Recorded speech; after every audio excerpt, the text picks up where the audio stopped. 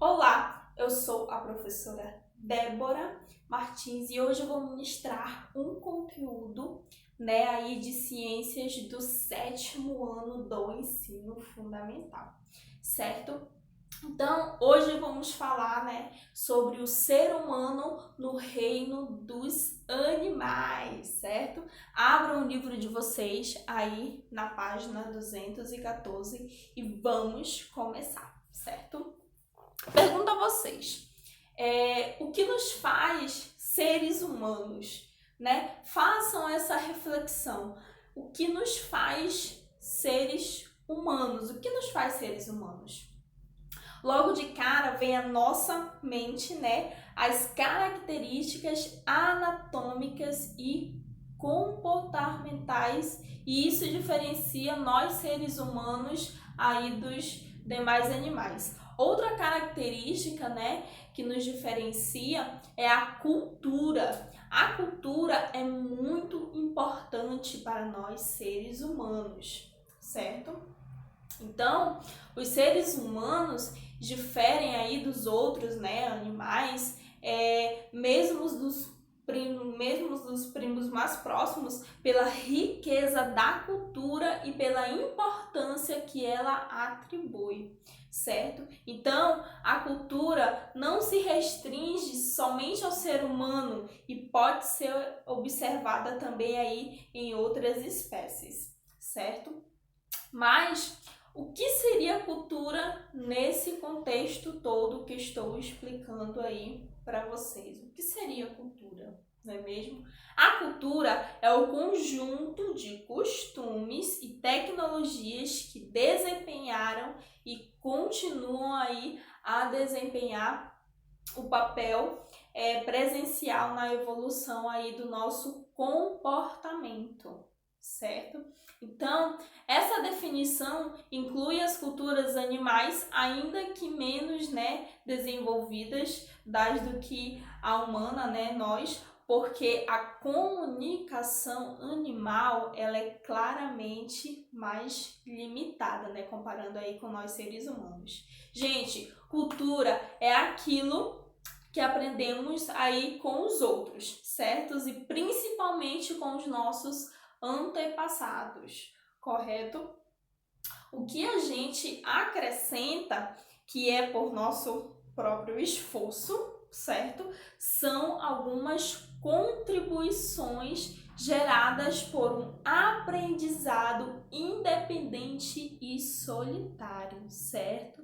E isso vai sendo transmitido para outras pessoas e elas se inserem aí nessa cultura, vão se inserindo aí nessa cultura.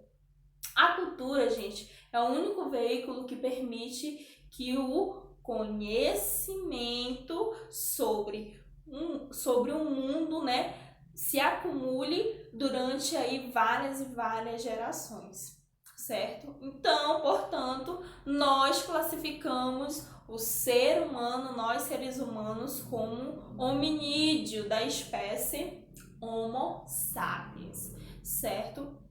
O ser humano, gente, se insere aí na ordem dos primatas, correto?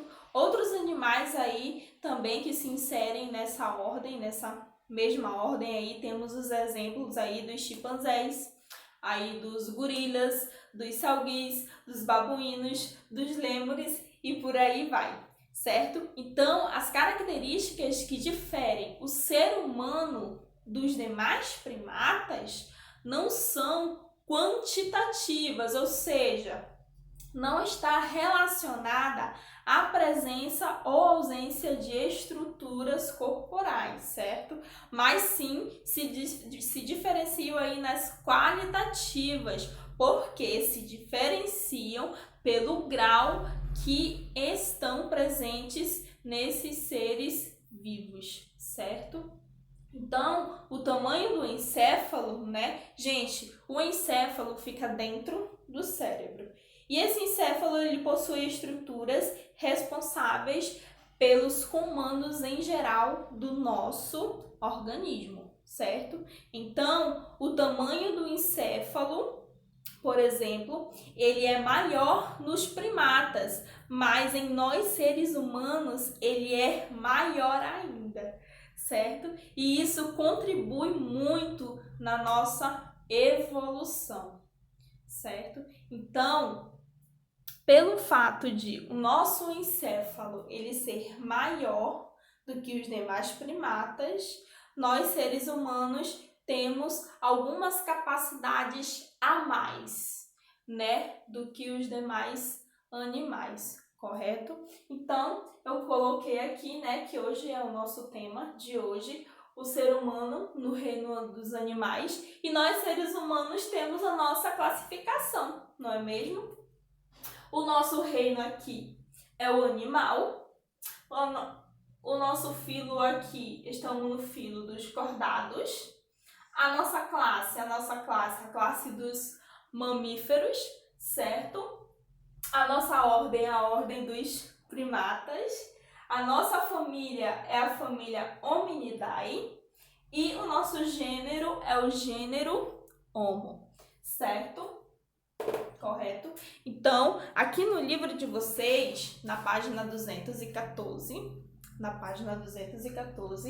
ele faz algumas citações, né, de características aqui da nossa classe, da nossa família e do nosso gênero, certo? Então, acompanhe aí no livro de vocês. Vamos lá?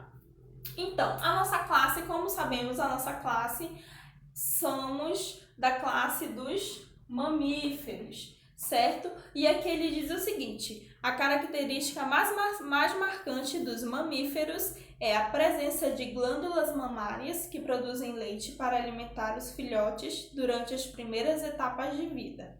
Além disso, observa-se a presença de pelos e ao menos uma das etapas do ciclo da vida, e a fecundação e o desenvolvimento do embrião geralmente ocorrem no interior do corpo da fêmea, certo?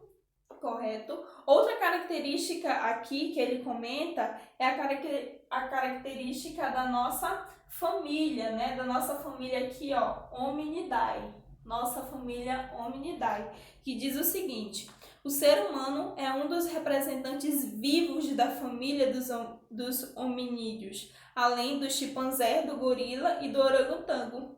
Outras espécies desse grupo, que foram extintas, são conhecidas apenas por meio de fósseis, certo?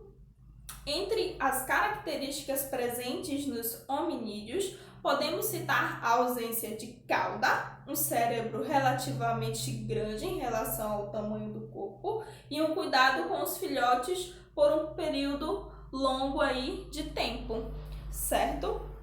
E outra característica também que ele cita é a característica do nosso gênero Homo, que diz o seguinte: estudos fósseis levaram os cientistas a concluir que os primeiros representantes do gênero, né,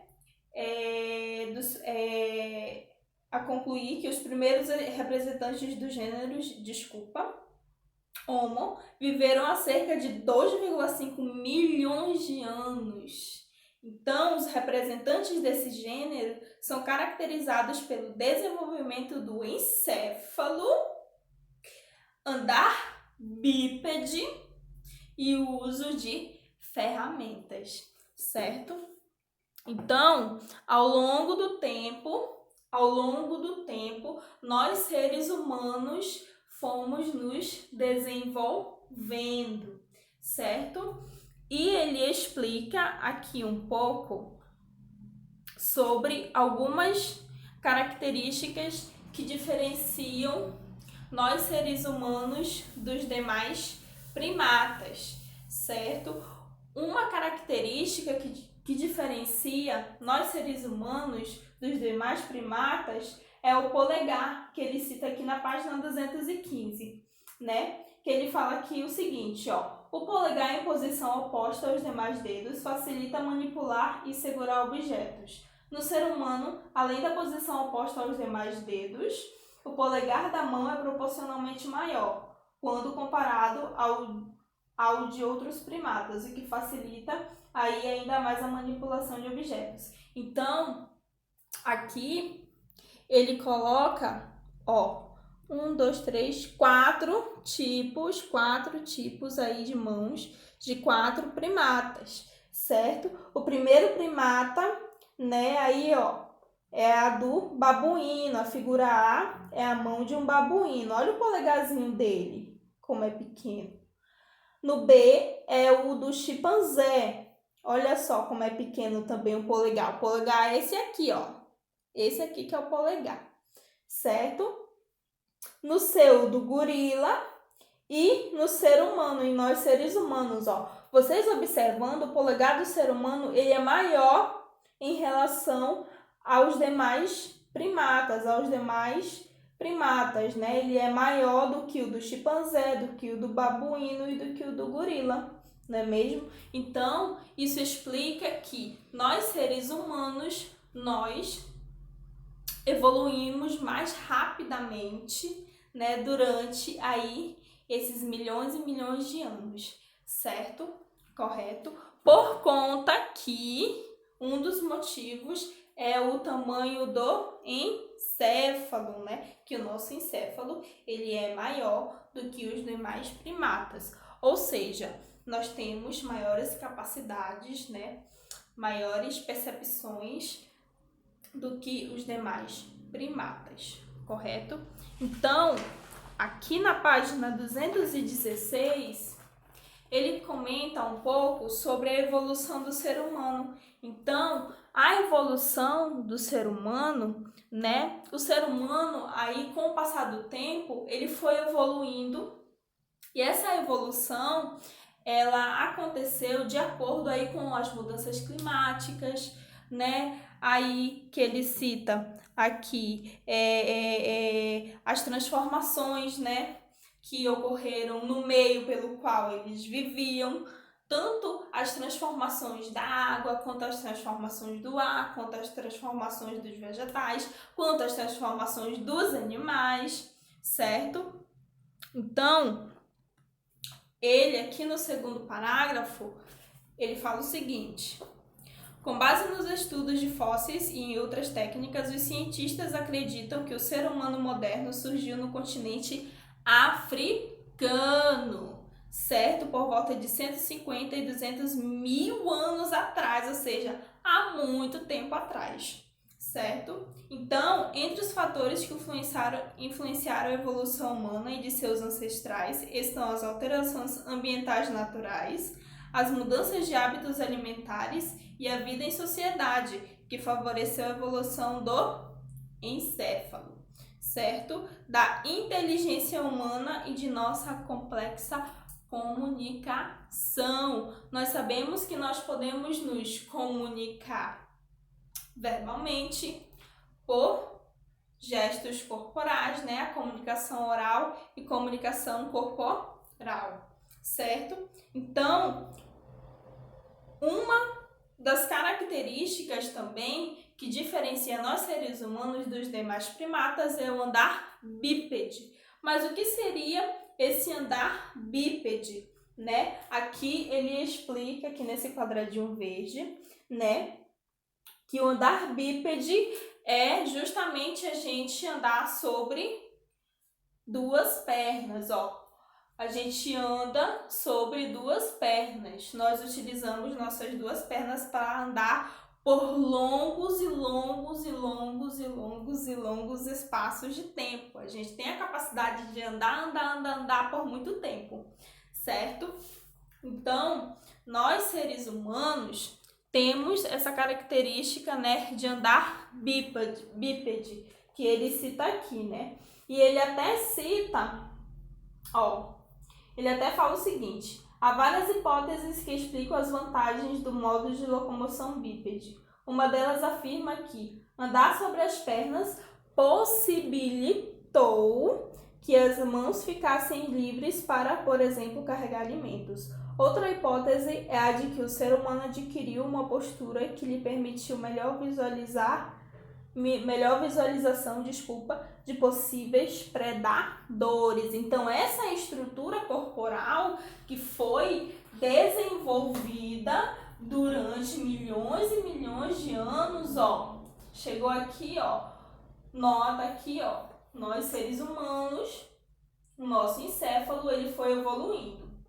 Ele foi evoluindo e o encéfalo, ele foi aumentando, ó.